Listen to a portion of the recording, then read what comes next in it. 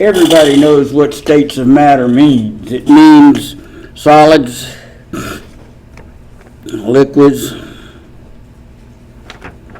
gases.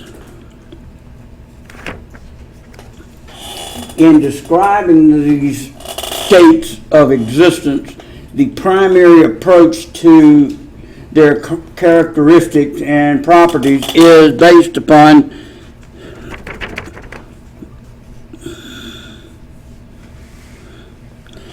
the kinetic molecular theory.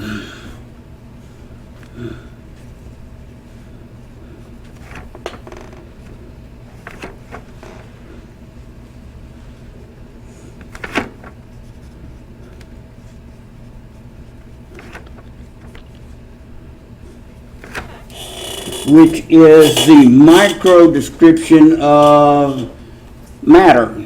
That is, it deals with the molecular level description of matter. And the kinetic molecular theory defines the behavior of matter in the following postulates: P, A, M, V, C. You've seen this before when we talked about gas laws. Particles, attraction, repulsion,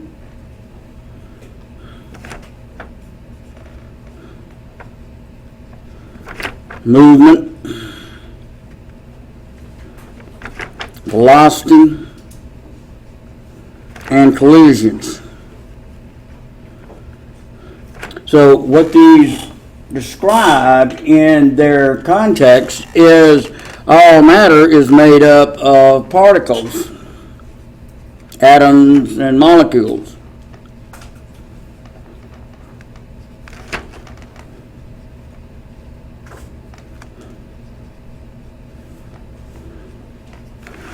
The interactive forces are electrostatic in nature, in that attractive forces, opposites attract, and like charges repel.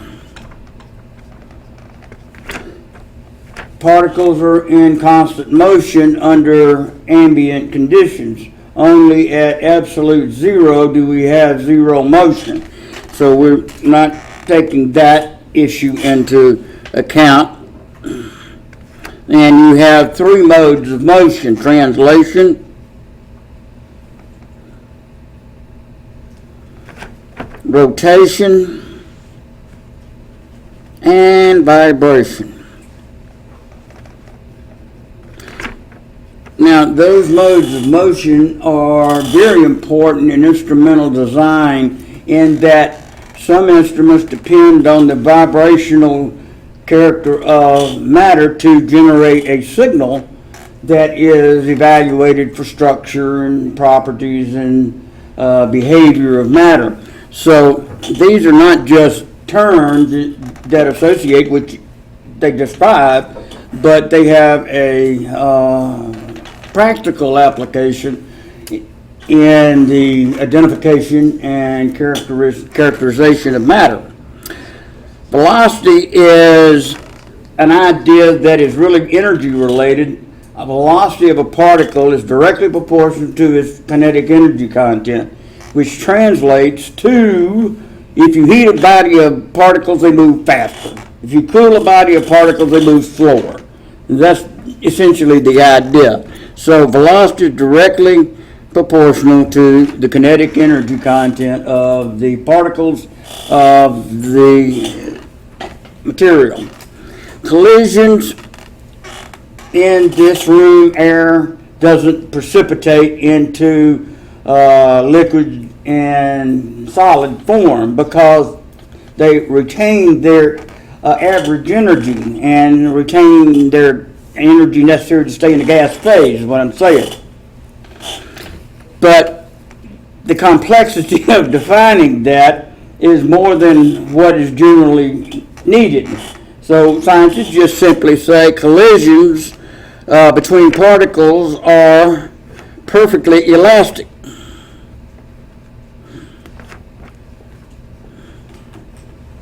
There is no energy change when particles collide. They are in gas state, they just stay there. They're in liquid state, they just stay there. Or solid, they just stay in that state without any other considerations. And this is usually illustrated, the sum of all your collision energies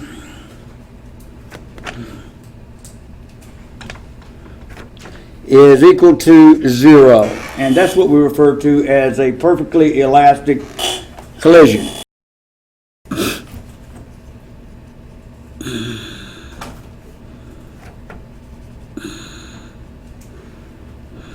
We want to look at phase transition.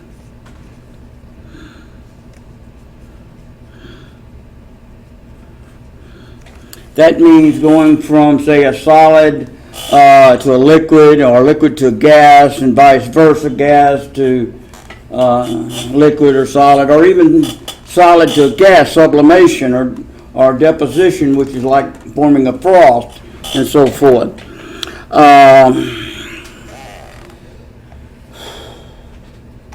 Then I want to, more in line with just simple definitions of character or properties of liquids, which are divided into two properties that I will just simply define, and I think you'll relate to pretty quickly with the examples, and properties of solids.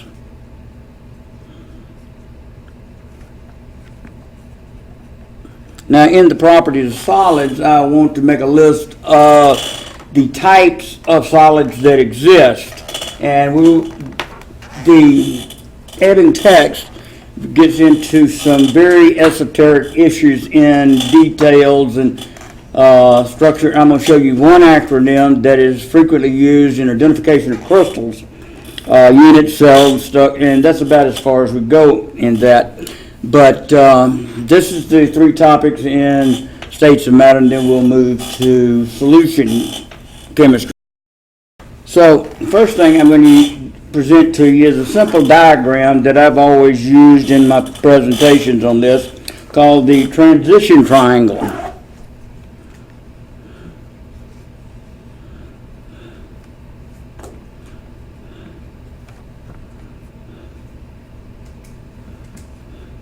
And it's just a simple diagram. And this is a gas. This is a liquid. It's kind of like a block of ice or a solid. And so going between these phases has terms that you certainly are familiar with for the most part, but I am obligated to repeat them. If we go from a solid to a liquid, we call that melting, and vice versa, freezing. If we go from a liquid to a gas, evaporation,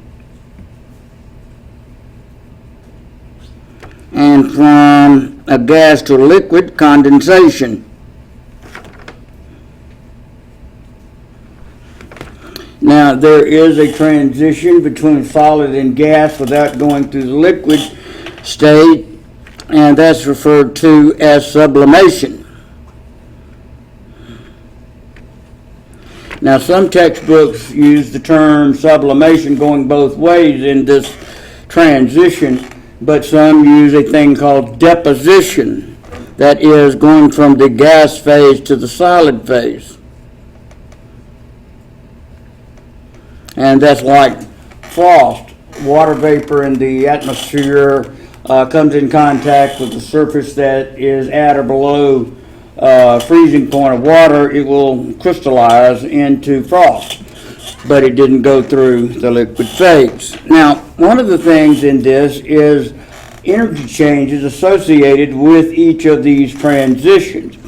In the context of melting, evaporation, or sublimation, going from the solid into the gas phase, those terms are all associated with an endothermic process. So you won't certainly go evaporation, melting, and sublimation,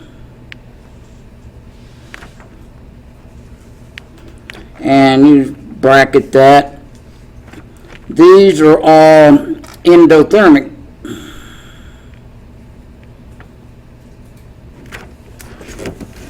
And the opposite is true for the other directions. If you go to freezing, condensation, and deposition, we reference these as exothermic processes.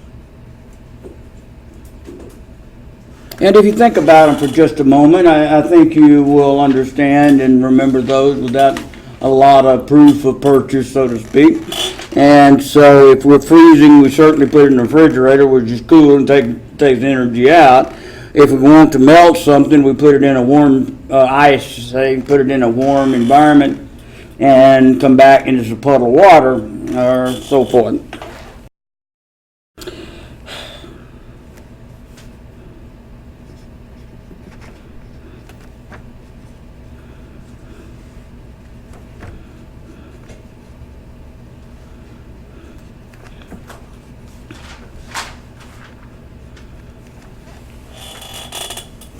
Vapor pressure. We know what pressure is of a gas.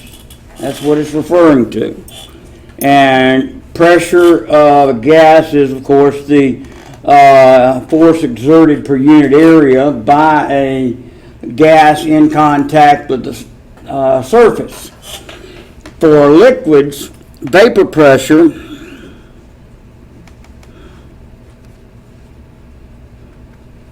and we use the symbology VP to identify it. By definition, is the pressure exerted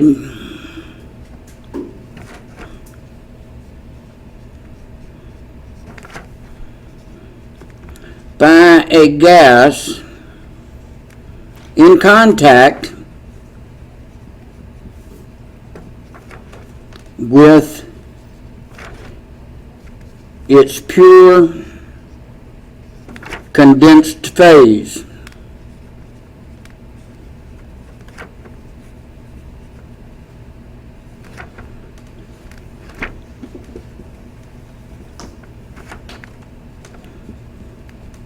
While under a dynamic equilibrium.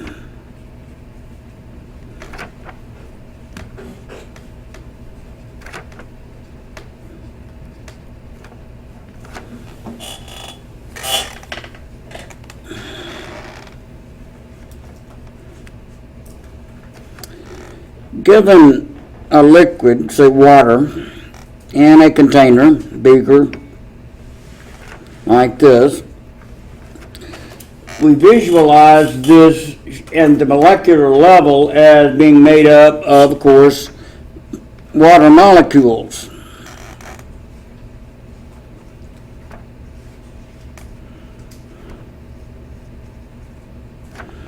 Of course, you have in this what we call surface interface, and below that you have body interface.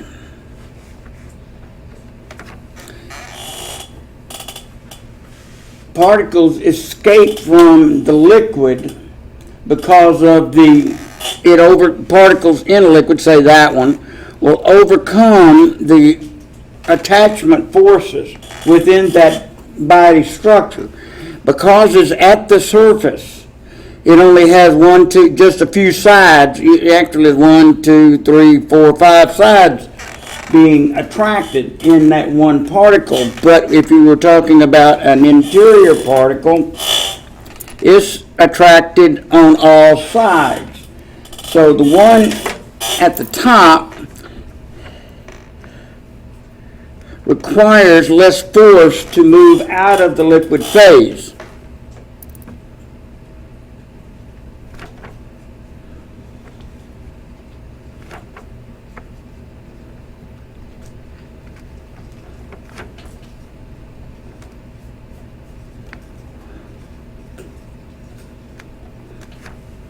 But the interior body interface has a force that supports all the way around and does not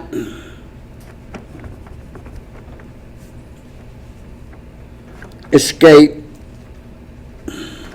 easily for obvious reasons. So it's rather graphic in that context to understand that a particle will escape from the surface. Now, when it comes to vapor pressure, these particles continue to evaporate and become particles in the vapor phase.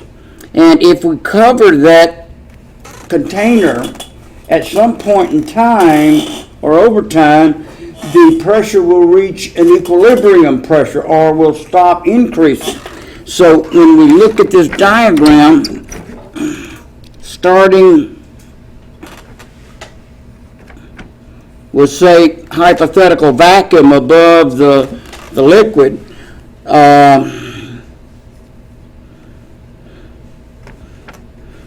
and plot the generation of pressure over time, I think the more particles that go into that space above the liquid, the greater the pressure. However, as just mentioned,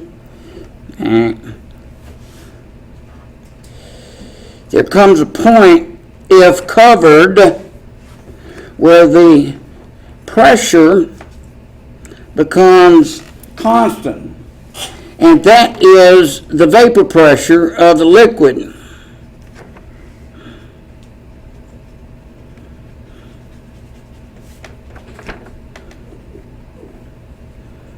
Now, many of you already know that the vapor pressure is temperature dependent. So we're saying at standard conditions, 0 and or standard thermal conditions, 25 degrees or something like that. Well, yeah, if at specified temperature. So we have to specify a temperature. Well, when you go into the textbook and say, I'm going to look up the vapor pressure of water at 25 degrees, okay, or 40 degrees. Well, they have big tables that identify, say, 36 millimeters of pressure. Well, these have been researched and published, but that's the point. They have to have the conditions of temperature associated with that vapor pressure, or it's meaningless. Okay. Now, since it is temperature dependent, what happens to vapor pressure generally for a liquid as we heat it and cool it? Well, there is again a simple trend. It's exponential in nature. Matter of fact,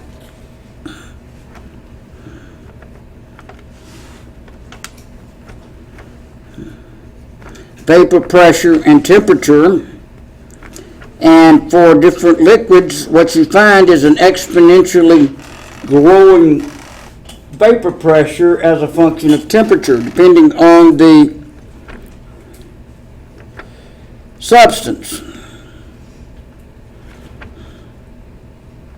So a very rapid increase, what you get out of this is by increasing temperature, you have an exponential growth in vapor pressure. Well, what does that mean from a physical standpoint, i.e. the escape of the particles from that liquid? What does it mean? It means that by adding energy to the particles, you create an easier path for the particles to escape into the vapor phase, hence the rapid increase in vapor pressure, because pressure is dependent on the number of particles that you put into that space. So at 25 degrees, say temperature equals 25 degrees C, you might have a BP of 30 millimeters. But if you kick that up 10 degrees, 35 degrees C, you might have the vapor pressure jumped up to 50 millimeters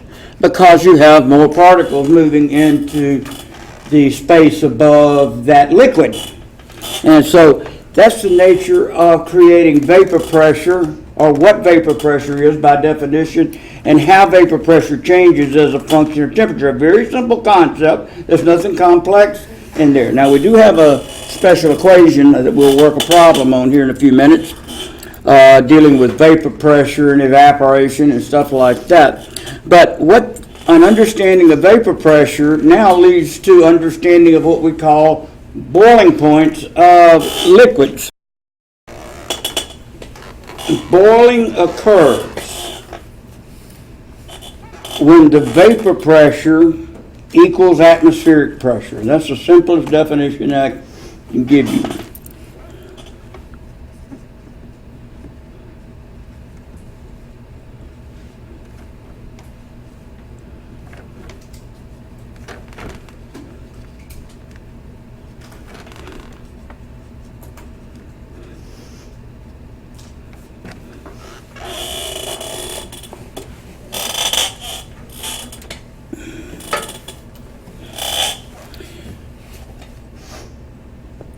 In the process of increasing the vapor pressure, we generate what is known as a phase diagram.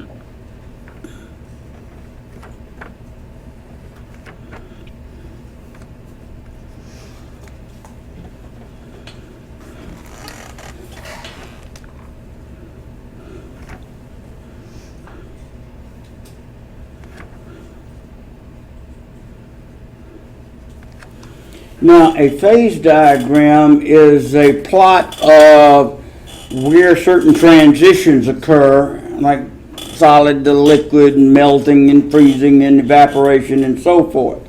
So we're going to look at the phase diagram for water.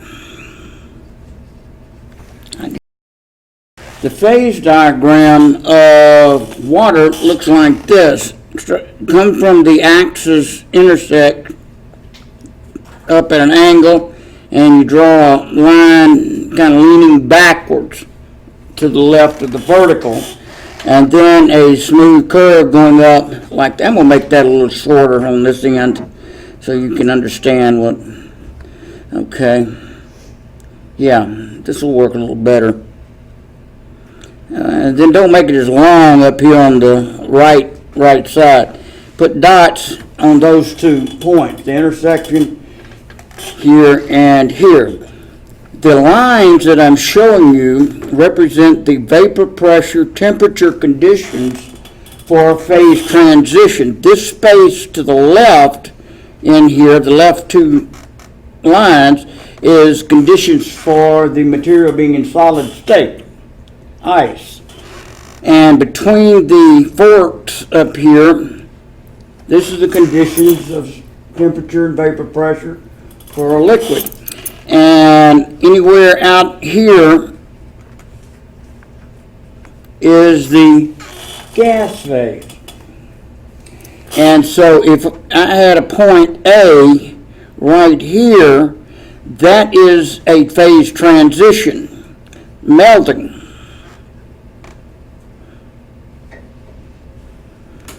And a point here, boiling. And say B for boiling. And point C, this is the conditions for sublimation. So you can use this diagram. It's usually given on the problem, and they say, well, at one point, what is happening there or whatever, and it's just an interpretive problem. So one of the things, point number 1, during phase transition,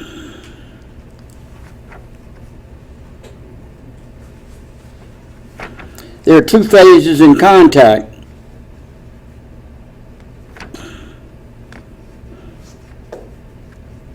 Now, we talked about this in the heating curve of water way back when, and anywhere there is zero energy change or temperature change, we have a phase change, in which that means here would be melting would be a solid liquid interface. Boiling would be a liquid gas interface. I'll move my G up in here. And sublimation would be a solid gas interface. And so, in the context of what's going on energy-wise, there are two phases are in contact anywhere along those lines, and you really don't get a temperature change out of that. Now, what I want to show you with this is that vapor pressure equals atmospheric pressure. We have boiling. So let's say our system is right here is atmospheric pressure. 1 atmosphere, or 760 millimeters of pressure for water. Okay, so if I were to draw a line across this phase diagram, and then straight down from the intersections of that purple line with the phase diagram, I would have the freezing point and the boiling point of water based on that vapor pressure. So that would be the freezing point, temperature freezing point. That's how they get it in the standards process, and that is temperature for the boiling point. Well, under certain circumstances, you can have changes in boiling point because you're changing the pressure of the system. And you can see this if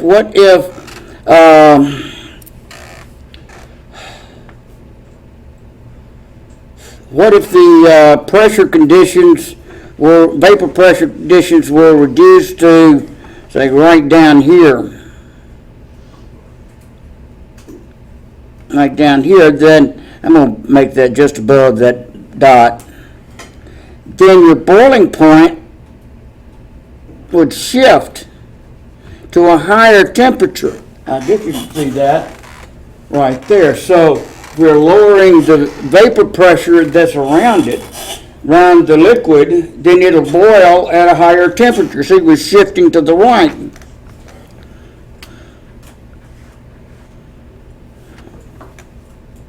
Or simply lowering atmospheric pressure, how should I say that? Then liquid boils at a lower temperature.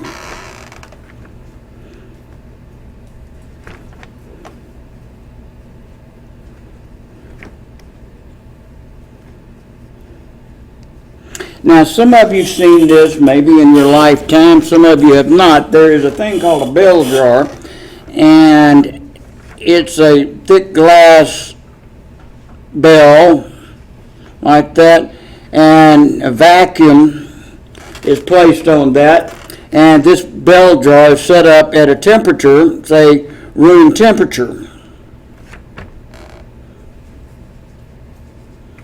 And so we pull the air out of this, and inside of that you have a beaker of water. And as the pressure goes down,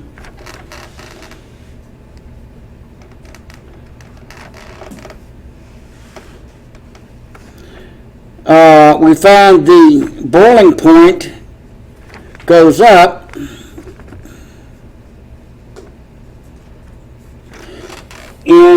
and we found out boiling can occur at room temperature by lowering the pressure. And that's what this phase diagram is showing you. By lowering the pressure from, say, a standard atmosphere around us to a lower pressure, we can boil something off at, say, room temperature. Now, this one gives rise to two, this phase diagram gives rise to two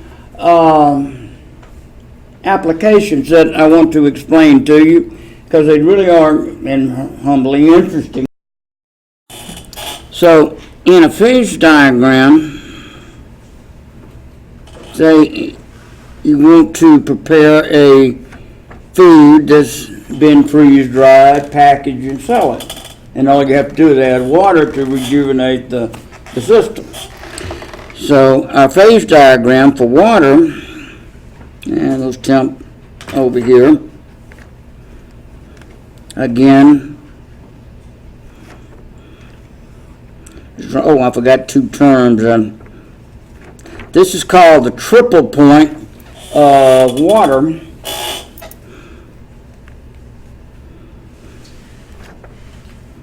That's where all three phases exist simultaneously, and it is at 0.01 degrees Celsius and 00603 atmospheres. Now, you'd always look that up anyway if you happen to need it. What I want you to know is, what does it mean? It's called the triple point, and all three phases exist. And I'm not going to ask you to memorize the temperature pressure conditions. Now, another point up here, this is called the critical temperature, a critical point, not temperature. Oh, well, it is.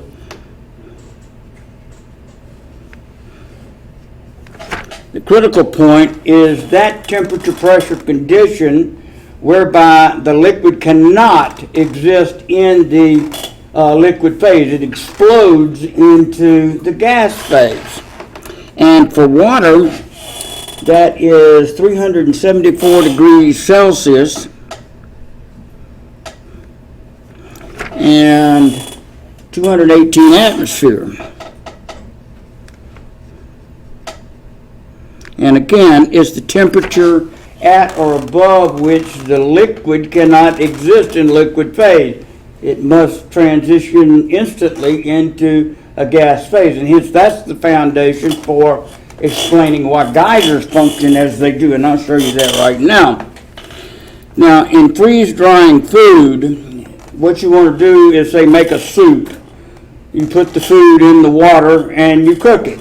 Well, that's going to occur in this region right here, in the liquid region. Remember, this is solid, liquid, gas regions. This is food preparation region. So you've got this big vat you're stirring your food up in and cooking it. Then when it reaches where it's going to reach, then what you do is you lower the temperature to freeze it. That's step one. And then you go to, move this over a little bit, step two, freezing.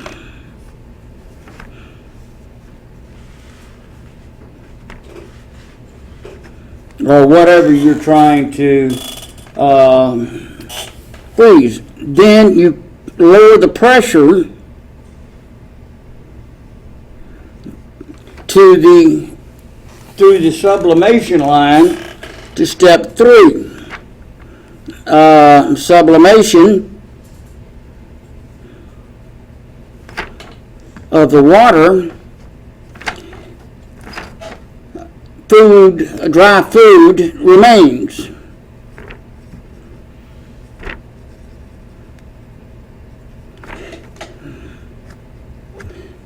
So you prepare your food, you freeze it into a block of ice, and then you lower the pressure around it to the point where instead of going back through into the liquid phase, the water transitions instantly into the vapor phase, and once completely removed or dried, then the product is collected and packaged and sold as on the grocery shelves. And of course, there's a lot more control in the purities of it, but that's one application that I found interesting in trying to pass on from how things work in industry a little bit.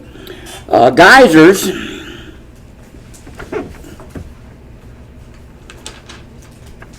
well, use, well, by nature, the critical point of water, and the way that works, just in passing for your aesthetical information, consider the surface of the earth and a crevice in the earth hole. And so here's the surface of the earth. Now this hole goes down to an underwater river.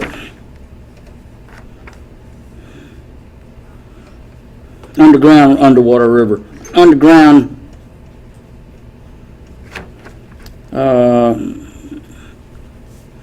river. Water's flowing along, blah, blah, blah. But below this is molten rock. It is the mantle.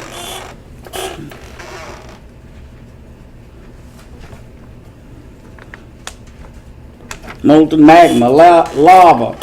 So what is happening is this river being very close to this molten lava is receiving energy and being constantly heated by that magma below that. Now in the process, this hole, if it comes by a hole like this one, the hole fills up with water, hot water. Now in the process of heating, you might just go hot, and at the top is cool at the top. So what happens between the bottom and the top is a convection occurs.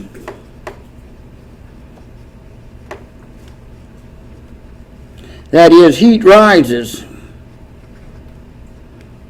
That says heat, believe it or not.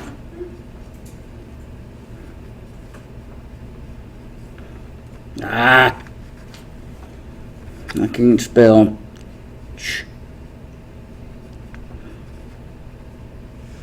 Okay, so you have this convective current taking place, and once it gets to the top where it cools, it will turn around and come back down. And you have this cycle taking place called convection.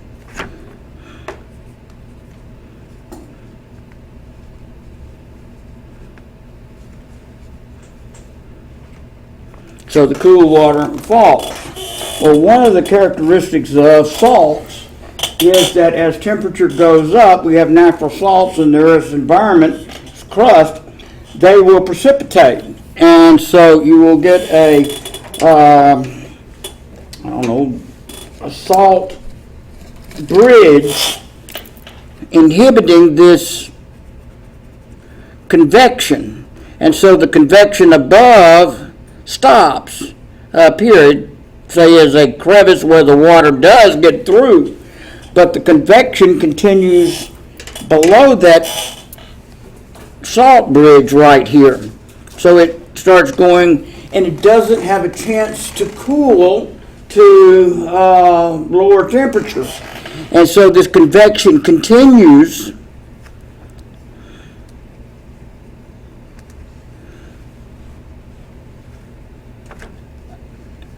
until reaching the critical point.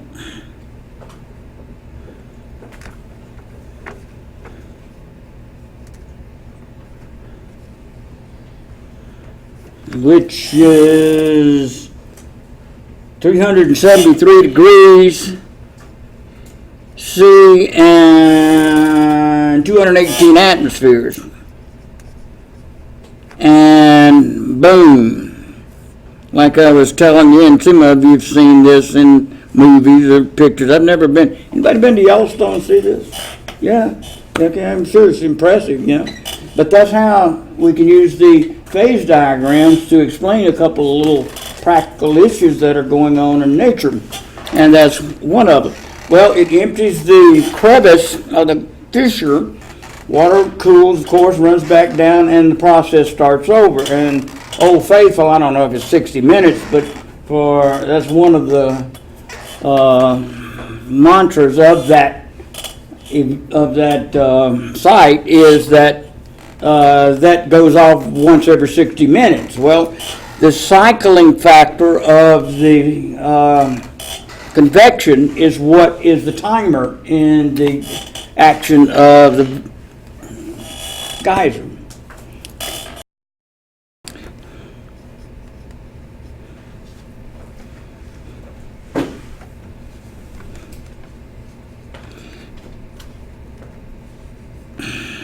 You recall this being covered when we talked about thermochemistry. And for water, you have the 5 regions like this. The slope regions are pure condensed phases, solid, liquid, gas, and these are your melting and your evaporation regions, boiling regions, where your solid liquid interface, and this is your liquid gas interface. And analysis, this is the energy is M delta H transition, and for the solid liquid gas regions, Q equals MC delta T. Delta T is, of course, the transitions. Please go back and be sure you work some of these kind of problems, because it is on the final exam, where how much heat is needed to melt a certain block of ice or raise the temperature of water from one temperature to the next. So you recall, you look for problems whether it has a temperature change or no temperature change, and that defines which equation to use. Now, that's the extent of that topic right now, because we have covered it in the past, worked some problems. If you have questions or needs, I'll be glad to answer. Send me an email. Let's see. Okay, one topic in here that is very important is a problem to calculate vapor pressures given an initial vapor pressure and heat of vaporization.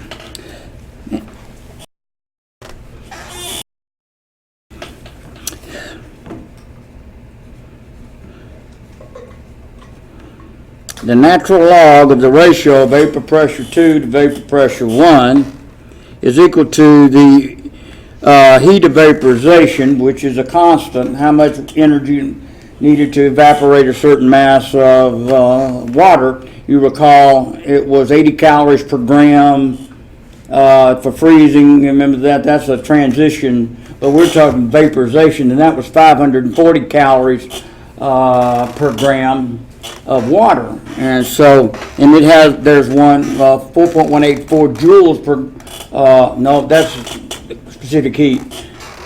I don't remember the exact joule form, but multiply 4.184 times 540 and you get the joule form of this value for water. Delta H over R, where R is interesting, it's not 0.0826, it's 0.008314 kilojoules per mole Kelvin. It's in a different unit. Instead of atmospheres, where we used it in pressure and gas loss, this R value is in thermodynamic terms, like that. And then you have two temperature, T2 minus T1 over T1 times T2. So the object of two problems in here. One, calculate the heat of vaporization given two vapor pressures and two temperatures. That's one problem. Second, calculate a vapor pressure given all the other data, including the vapor pressure. Now, I sent everybody every question I've got on these two chapters, and they'll have some phosphorus clapeyron. Let me see if I can find one. Yeah, see, the problems will give you the phase diagrams and some points on it, and you tell what's going on at the various points in there. So,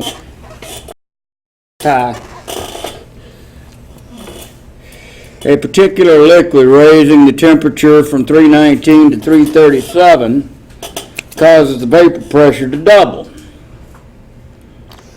What's the enthalpy of vaporization of this liquid? And they give you an R value in joules, but you'll have to use it in kilojoules if you're going to calculate. Notice the units on the answer choices are kilojoules per mole. You're trying to calculate the delta HV here. You can start out by just simply solving for delta HV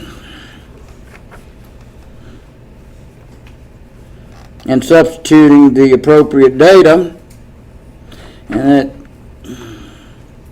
works out to be this, like that. So going from here to here, you're just solving for delta HV and using this expression. So the problem gives us R 0.008314 kilojoules per mole Kelvin. VP1 and VP2, we'll say VP1 to VP1. So it says in the problem that raising the temperature causes a double in the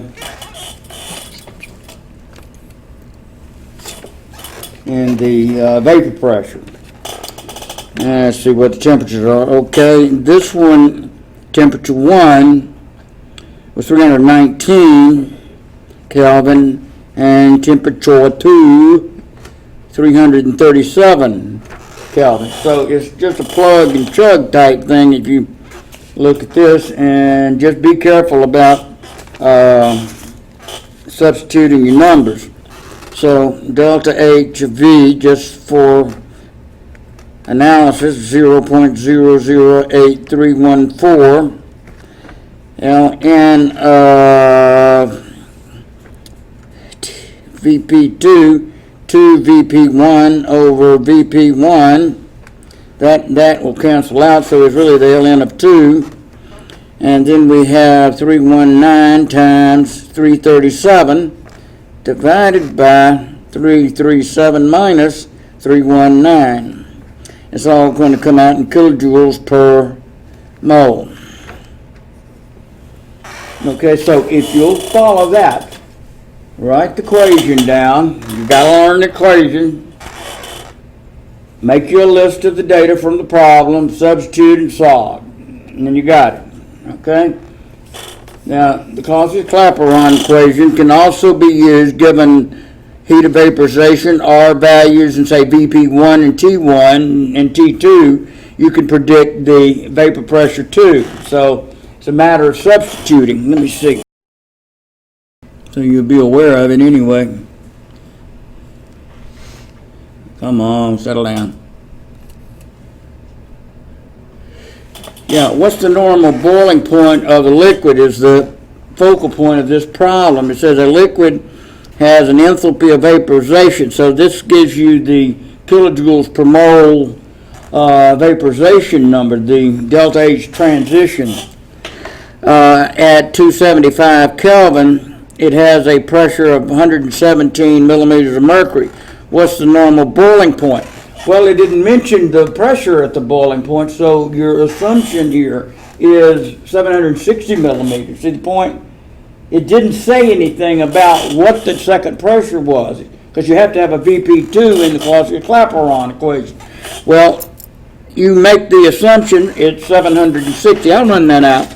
So ln of VP2 over VP1 equals delta H vaporization over R T2 minus T1. Actually, they have 1 over T1, 1 over T2, but I've condensed it. This is easier to work with than me. I like that form. And so what you're looking for is the normal boiling point. That it means that if given VP, what did they give us?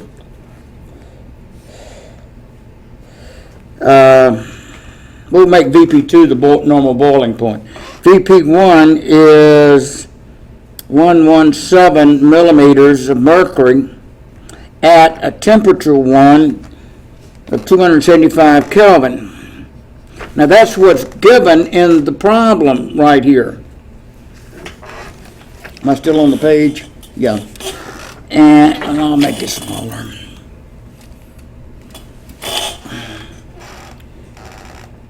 Okay, so vapor pressure 2 is an assumption. 760 millimeters of mercury at T2, which is your normal boiling point. See what I've done? I've just made the assumption it's 760, even though they didn't mention it in the problem. So it's kind of a warning if you run into that. I don't remember what I put on the exam, but I've got a couple of these.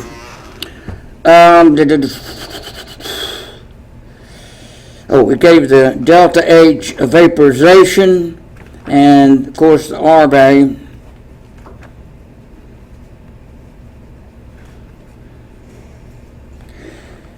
Notice I moved the decimal over. Probably the one that will give you in problems on the exam will be 8.314 joules per mole Kelvin. So, but don't use that one. Use this. Move the decimal 3 places to the left, and then plug that one into your expression, and then solve for the unknown. It also gave 30.8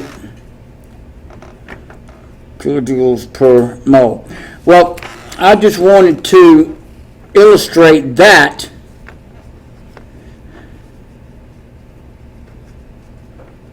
in that. I'm not going to plug and chug this through this one.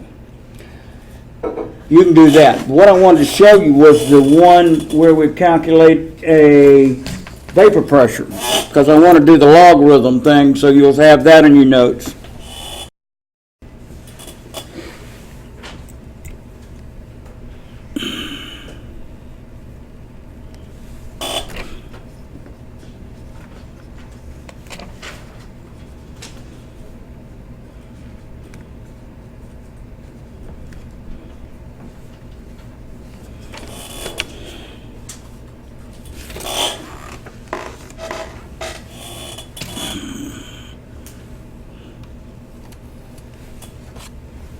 Now,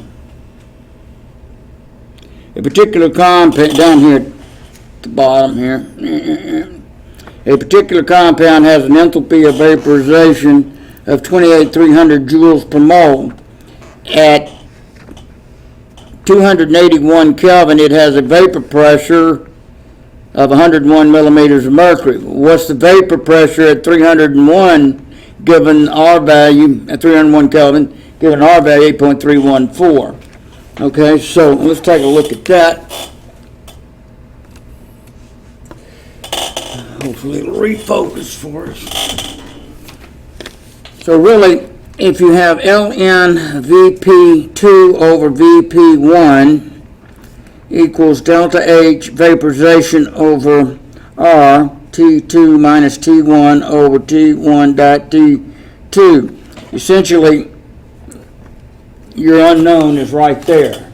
And when I want to go through the logarithm application, just to have that in your notes, because yes, I do have one of these on the exam. So in expanding this, when you have a ratio, a logarithm is an exponent. That's essentially, what do you do when you multiply exponents? You subtract them. So, or divide exponents, you subtract them, I'm sorry.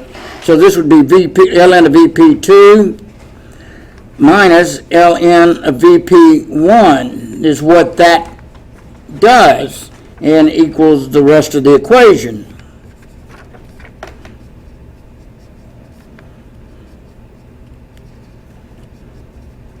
Like this.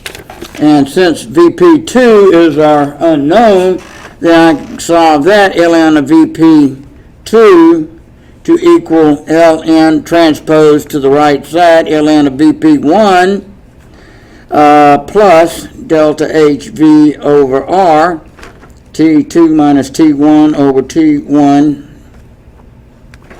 times T2. And so it's a plug and chug now at that point.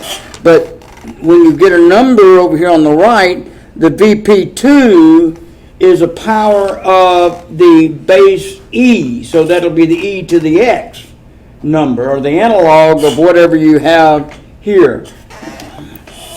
Okay, so you're given in here enthalpy of vaporization is 28,300 joules per mole. The R value 0.008314 kilojoule, well, we can put it in joules in this case, 8.314 joules per mole Kelvin. So that would go here, and there you are in your H values.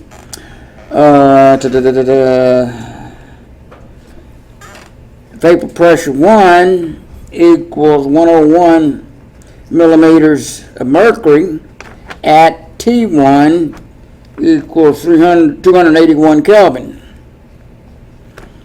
Vapor pressure 2 is your unknown in this